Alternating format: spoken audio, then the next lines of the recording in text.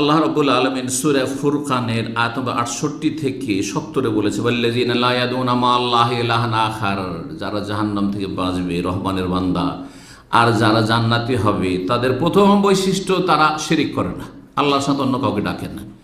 ওয়ালা ইয়াকতুলুনা নাফসাল্লাতী হারামাল্লাহু ইল্লা বিল হক, আর কাউকে খুন করে না, নিজেকেও খুন করে না, আত্মহত্যা করে না, আর কাউকে খুন করে না, কোনো খুনের সাথে জড়িত না, জীবনে কোনো খুনের সাথে জড়িত হবেন না। সবচেয়ে বড় অপরাধ শিরক কুফরির ওপর পরে, শিরক কুফরি নাস্তিকতার পরে সবচেয়ে বড় অপরাধ হচ্ছে মানুষকে খুন করা, যে কোনো মানুষকে হোক না কেন। ওয়ালা ইয়াজনুন, জেনার কাছেও যায় না। আজকাল হ্যাঁ, হিন্দুদের ধ্যান ধারণা সতীত্ব শুধু স্ত্রীর ক্ষেত্রে খোঁজেন, আর আপনার সততা কোথায় গেছে, আপনার সচ্চরিত্রতা কোথায় গিয়েছে? হ্যাঁ, আপনি যেখানে সেখানে আপনি আড্ডা দিয়ে বাড়িয়েছেন, লম্পটি করেছেন, আর আপনি চান পাক পবিত্র স্ত্রী সতী সাধ্বী, কোথা থেকে হবে? না, এটা হইলে হবে না, উভয় পক্ষ থেকে। আল খাবিসাতু লিল খাবিসিন, খবিস যদি আপনি হয়ে যান তাহলে আপনার ভাগ্যে সেটাই জোটা উচিত যে খবিস খারাপ মহিলা জোটা উচিত। আর যদি আপনি পাক পবিত্র হন তাহলে আপনার জন্য পাক পবিত্র মহিলা রয়েছে, আল্লাহ যেন তৌফিক দান করেন। তো কথা হচ্ছে যে কাবিরা গুনাহগুলি থেকে বাঁচতে হবে। নবী সাল্লাল্লাহু আলাইহি ওয়াসাল্লামের হাদিস সহিহ মুসলিমে রয়েছে, আসসালাওয়াতুল খামস, 5 ওয়াক্ত নামাজ পড়তে হবে, অল জুমাতু ইলা জুমা, জুমা পড়তে হবে, রমাদান ইলা রমজান, রমজান মাসে সিয়াম পালন করতে হবে, মুকাফফিরাতুন লিমা বাইন, এর মাঝের গুনাহগুলি তাহলে কি হয়ে যাবে? মোচন হয়ে যাবে। ইজাজতুনিবাল কাবায়ের, শর্ত হচ্ছে কাবিরা থেকে বাঁচতে হবে। কিন্তু এদের 5 ওয়াক্ত নামাজও পড়লেন, আর রমজান মাসে রোজাও রাখলেন, জুমাও পড়লেন, আর যদি বেঈমানি করেন, হ্যাঁ আত্মসাৎ করেন, মানুষের হক নষ্ট করে দেশে চলে গেলেন, পরোয়াই করলেন না আপনি, যখন সুযোগ ছিল, পকেটে পয়সা ছিল, আচ্ছা দেওয়া যাবে, আচ্ছা দেওয়া যাবে, আর তারপরে এমন সময় হয়তো চিন্তা করছেন যে এখন দিয়ে দেবো, তখন আর পয়সা নেই, ভাবছেন এখন তো আর নেই, চলবে, এত সহজ মনে করছেন? না না, মোটেই সহজ মনে করিয়েন না। আল্লাহর সঠিক বুঝ দান করুন। আল্লাহ রাব্বুল সূরা আন-নাজমের আয়াত 32 বলছেন, আল্লাযীনা ইয়াজতানিবুনা কাবায়রাল ইসমি, জান্নাতি ওরা, জাহান্নাম থেকে বাঁচতে পারবে ওরা যারা কাবিরা গুনাহ থেকে বেঁচে থাকে। স্পষ্ট আয়াত, আল্লাযীনা ইয়াজতানিবুনা কাবায়রাল ইসমি, যারা কাবিরা গুনাহ থেকে বেঁচে থাকে, ওয়াল ফাওয়াহিশ, আর অশ্লীল কথা কাজ থেকে বেঁচে থাকে, নোংরামি থেকে বেঁচে থাকে। অশ্লীলতা মানে জিনা, ব্যভিচার, অশ্লীলতা মানে সমকামিতা, অশ্লীলতা মানে উলঙ্গ হওয়া, অর্ধ উলঙ্গ হওয়া, যেই অঙ্গগুলি শরীরে ঢাকতে বলা হয়েছে সেগুলি খুলে রাখা, রান খুলে রাস্তাঘাটে চলাফেরা করা, আর ন্যাংটা হয়ে চলাফেরা করা, মহিলাদের পিঠ খুলে চলাফেরা করা, মহিলাদের মাথা চুল খুলে চলাফেরা করা, মহিলাদের আপনার হাঁটু পর্যন্ত খোলা রাখা, ইত্যাদি ইত্যাদি, সব মহিলাদের শাড়ি পরে চলাফেরা, বাইরে চলাফেরা করা, এগুলো হচ্ছে ফাওয়াহিশ।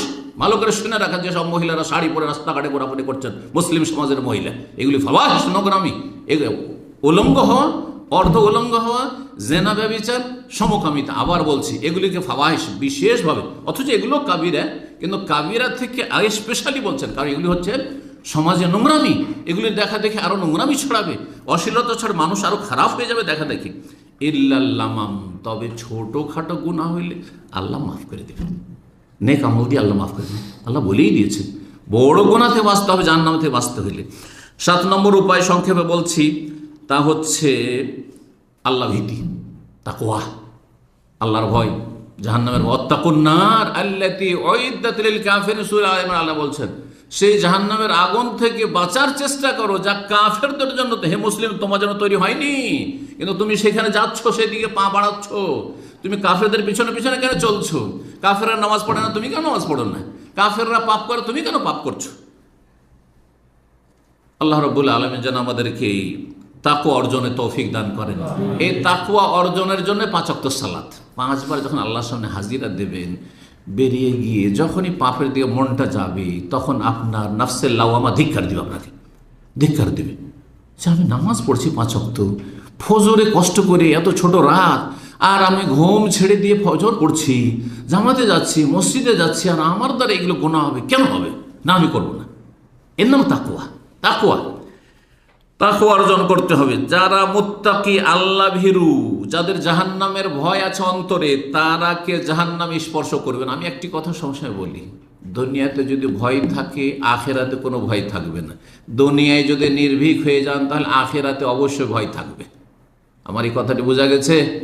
আর দুনিয়াতে যদি আল্লাহর ভয় থাকে, আর জাহান্নামের ভয় থাকে, তাহলে আখেরাতে জাহান্নামের ভয় হবে না, দুই ভয় একত্রিত হবে না। এটি বিজ্ঞ ওলামাদের কথা, ইমাম ইবনুল কাইয়িম রাহিমাহুল্লাহর কথা আমি নকল করছি। আর যদি কারো কথা নকল করলে বলে দেওয়া ভালো, যাতে করে কেউ না মনে করে যে শেখ তো একটা নতুন কথা আবিষ্কার করতে হবে। নতুন কথা না, এটা কোরআন সুন্নাহর কথা। দুই ভয় বান্দার উপর আল্লাহ একত্রিত করবে না। যারা দুনিয়াতে নির্ভীক হয়ে চলাফেরা করেছে, পাপ করেছে, নাকে তেল দিয়ে ঘুমিয়েছে, ফরজ ওয়াজিব ছেড়েছে, বেপরোয়া হয়েছে, কিন্তু কখনো ভয় ভীতি হয়নি, অবশ্যই আখিরাতে ভীত সন্ত্রস্ত হবে এবং জাহান্নামের সম্মুখীন হবে।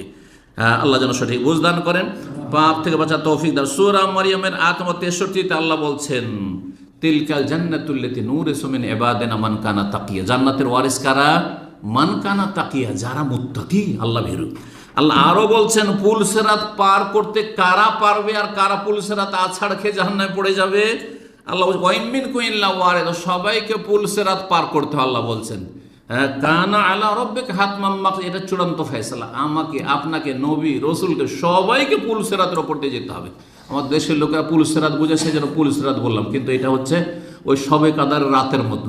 পুল মানে সেরাত আর সেরাত মানে পুল, কিন্তু পুলটা হচ্ছে ফার্সি আর সেরাত হচ্ছে আরবি, আর বাংলায় সেটার নাম হচ্ছে সেতু। কথা বুঝতে পেরেছেন? ওইটাই ব্রিজ।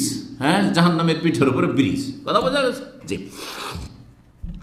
তারপরে সবাইকে যে জাহান্নামের ওপর দিয়ে পার হইতে হবে, তো বাঁচবো না। আল্লাহ বলছেন সুম্মা নুনাজ্জিল্লাযিনা তাকাউ, তারপরে আমি নাজাত দেব, মুক্তি দেব যারা আল্লাহর ভয় ভীতি রেখেছিল, যারা মুত্তাকি বলে, যারা পাপ থেকে বাঁচার চেষ্টা করেছিল। ওয়া নাযারু যালিমিনা ফিহা জাসিয়া, আর জালেমদেরকে সেখানে নত জানু করে, লাঞ্ছিত করে জাহান্নামে নিক্ষিপ্ত করবো, আল্লাহ বলছেন।